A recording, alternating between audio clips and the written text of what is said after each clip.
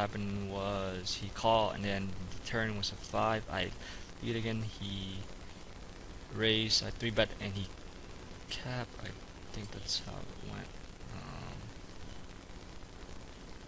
No, I just lead, and he I C bet, and he raised, and I decided to just call because if he does have a draw here, a draw, I could charge him.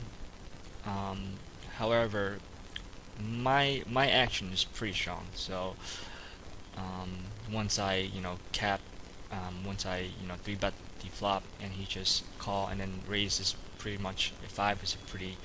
It doesn't really help his hand, or unless he has actually no, it just should be just blank card. So when he raises again, the alarm bell should goes off. Here in his range, pocket 10, pocket queen, and pocket 8, and pocket ace. Hands I'm beating that he raised here would be all the draws and ace queen. But once he raised there, I think I could had 3 bet, but I decided if he has a draw, he still has a lot of equity. A lot of equity. He has a lot out against me, so I figure I'll just call in and see what the river is. And when I do, when you do have pocket ace or queens or 10, I save myself some bet. But I think 3 betting is fine too. And he checked back with the hand was ace queen, which is a really weird play by him. He basically raised the turn for a free showdown with ace queen top pair, which is kind of unusual way to play. But now that I know how he plays, so next time when that happens, I'll just cap.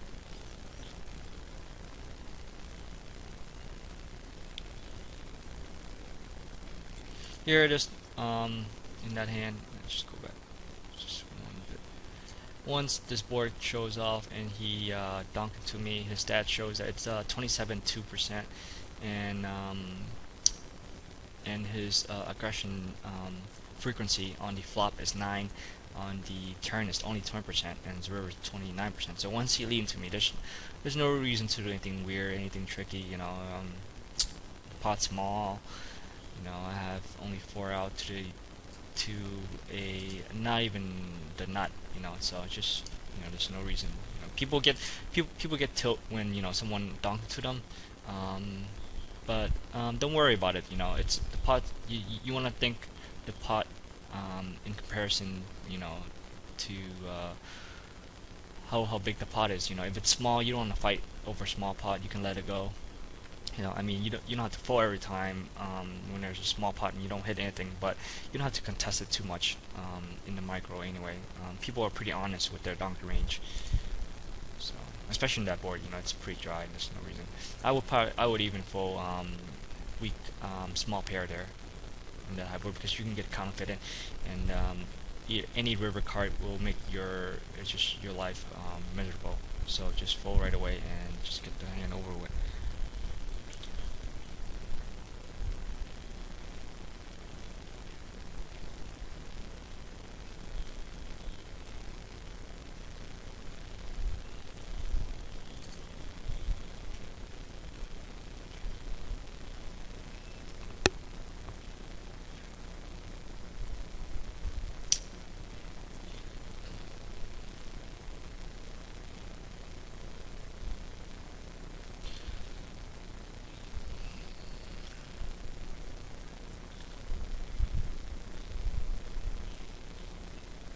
Now on this hand, I have ace. 10 king off, and it was a open limp pot, and I was in the big blind, so I just checked. There's no reason to raise that pre-flop when it's 4-player. If it's 2-player, you can try to raise a pre-flop.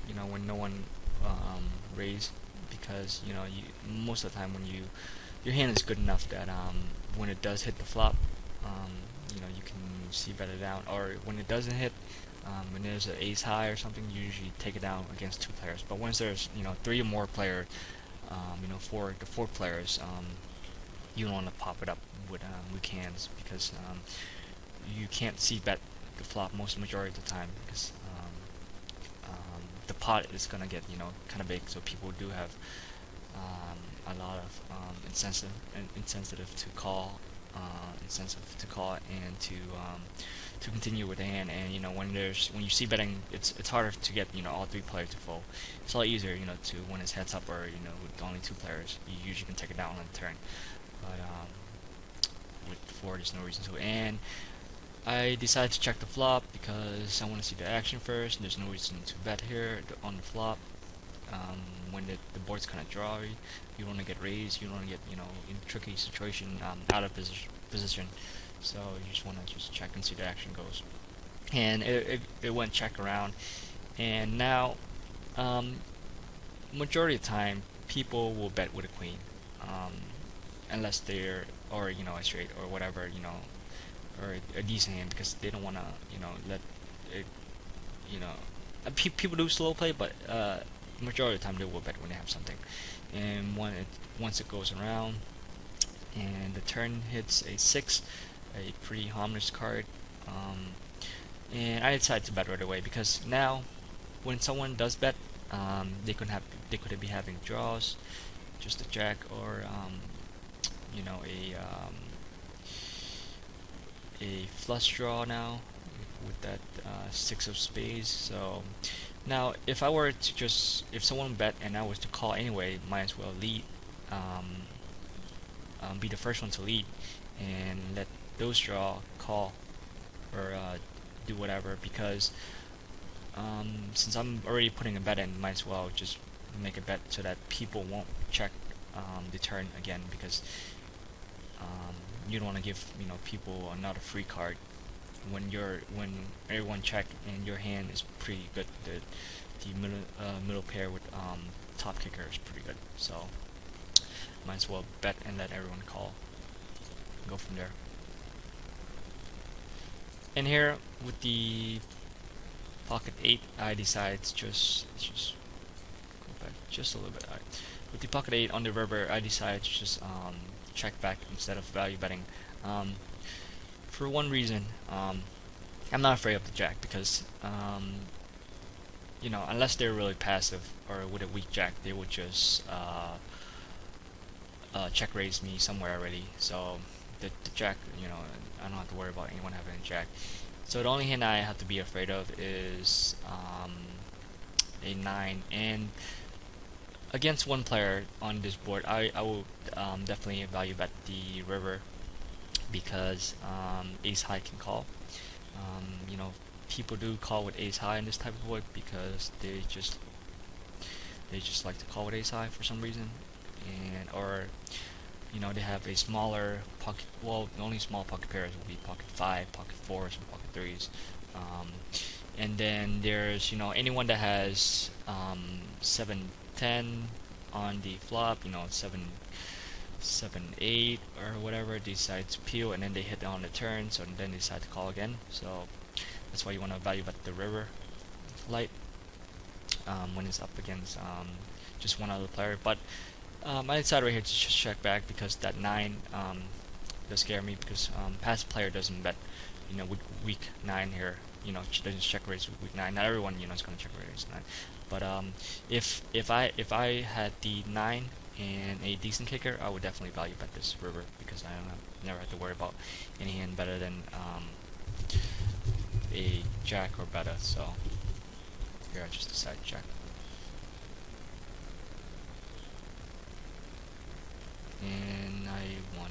And another reason not to bet that river when, you know, we can, is there's a lot of busted draws. A lot of players not gonna call.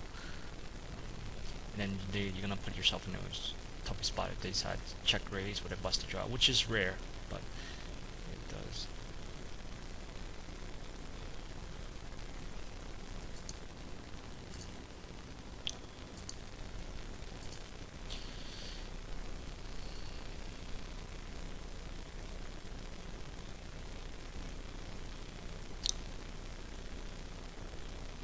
And he check raised and decided to check the turn, which is a pretty bad play. If he has, for one thing, if he's afraid that I have the ace and he has to eat himself, the ace himself, might as well, if you check raise, might as well just c-bet down, because when you check, I'm not gonna be betting unless I have the ace or something, strong, because I'm just gonna play. I can play it perfectly, in position. I can just check back, withdrawals or whatever, and play perfectly. And that's a really weird play by him, which isn't that unusual because he does make a lot of weird play.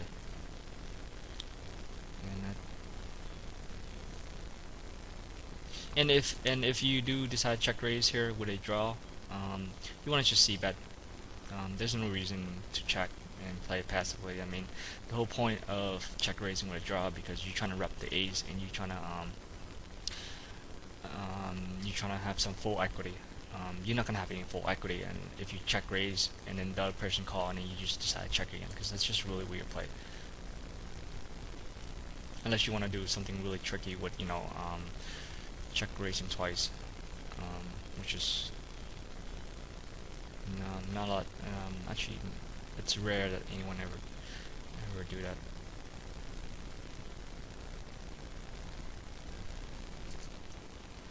And here, I'm not sure why I checked back the river. It must have been a misclick or something, but actually, I think I remember this. And the reason why I checked back the river, because it got, I think it was a check raise on the flop, or it got dunked to me and I raised, because that jack. Let's see if we can go back to the action. What happened there? Alright, so that's the reason why. So he check raised this turn, and people usually check raise here. The hand I'm still beating is weaker ace, like ace jack, ace queen, ace 9, but those weaker hand is not gonna, the weaker ace is not gonna check raise some of the time. But I still have decent equity to I still beat a lot of his hand, so I believe I 3-bet. And also the fact that he does this some of the time withdrawals also, so you don't want to just charge him for it. And some of the time he does have the 2-pair, but I think, yeah, I took raise. And here the jack, I was afraid of the jack because now ace jack beat me. I think that was the reason why I checked there. But now the only ace, decent ace I'm beating is ace queen, so it would give me a really sticky spot if he check raise the river again, because now the pot is pretty big. And